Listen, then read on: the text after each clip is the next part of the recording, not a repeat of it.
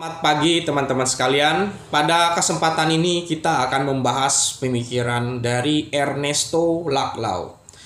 Ernesto Laclau lahir di Buenos Aires, Argentina, kemudian dia meninggal di Sevilla, Spanyol. Dia merupakan sarjana dari ilmu sejarah di Universitas Buenos Aires tahun 1964. Kemudian dia mendapatkan gelar doktor di University of Essex di London, Inggris. Kemudian dia menjadi seorang profesor political theory di Universitas Essex dan dia mendirikan pasca sarjana Ideology and Discourse Analysis dan Center for Theoretical Studies in the Humanities and Social Science.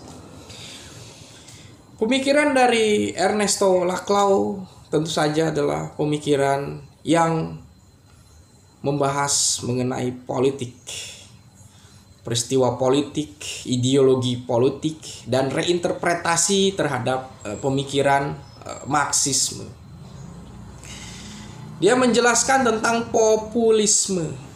Populisme sebagai fenomena vital di dalam demokrasi yang menciptakan narasi orang banyak, the people, melalui penanda-penanda kosong yang menyatukan divergensi ke dalam oposisi terhadap elit. Demokrasi menciptakan suatu standar bahwa sesuatu kebaikan itu harus dirasakan oleh bersama, harus keterbukaan di dalam ruang publik, adanya kebebasan, mengatasnamakan rakyat gitu kan.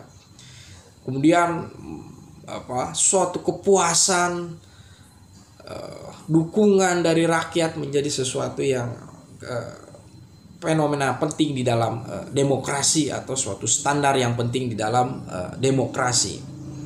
Setiap orang ingin mengklaim, ingin membuktikan dirinya berguna bagi masyarakat atau bersama masyarakat. Itu mengenai populisme. Dan tentu saja ketika menjadi oposisi pun akan mengatasnamakan rakyat.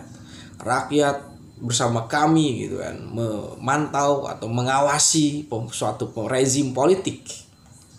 Ini dua-duanya orang yang berkuasa dan orang yang menjadi oposisi mengatasnamakan the people gitu kan, demi kepentingan bangsa, negara, masyarakat. Nah, itu adanya populisme.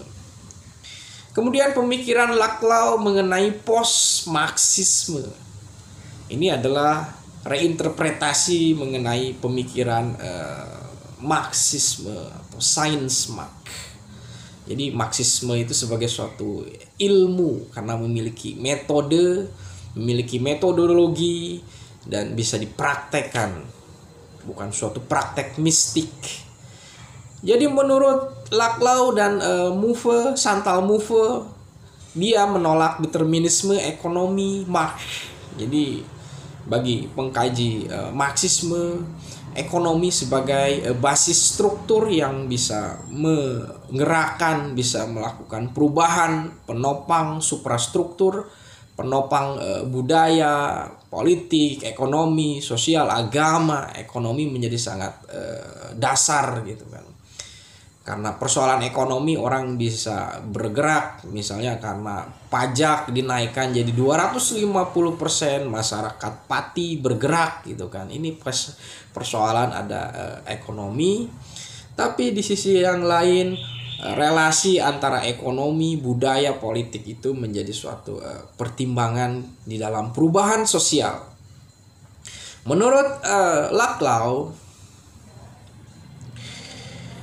banyak antagonisme baru gitu kan.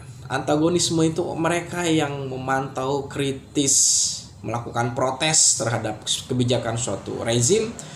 Demokrasi radikal yang menghargai pluralitas dan konflik sebagai elemen demokrasi sejati. Ya, Farle itu kan bicara gitu. Di parlemen itu mereka orang yang berbicara, berbeda pendapat tentang kebijakan pemerintah. Bahkan rakyat pun bisa melakukan suatu koreksi gitu kan di dalam suatu pendapat.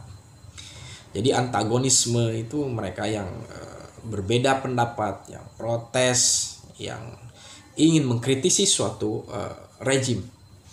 Nah, orang-orang yang bisa melakukan protes itu bukan hanya buruh saja, bukan hanya petani saja. Setiap elemen masyarakat dalam perkumpulan apapun, kelompok tani, kelompok nelayan, kelompok pencinta hewan, kelompok pencinta lingkungan, mereka memiliki suatu cara, mereka memiliki suatu keabsahan untuk memprotes, melakukan suatu tindakan, gerakan sosial yang menginginkan perubahan masyarakat.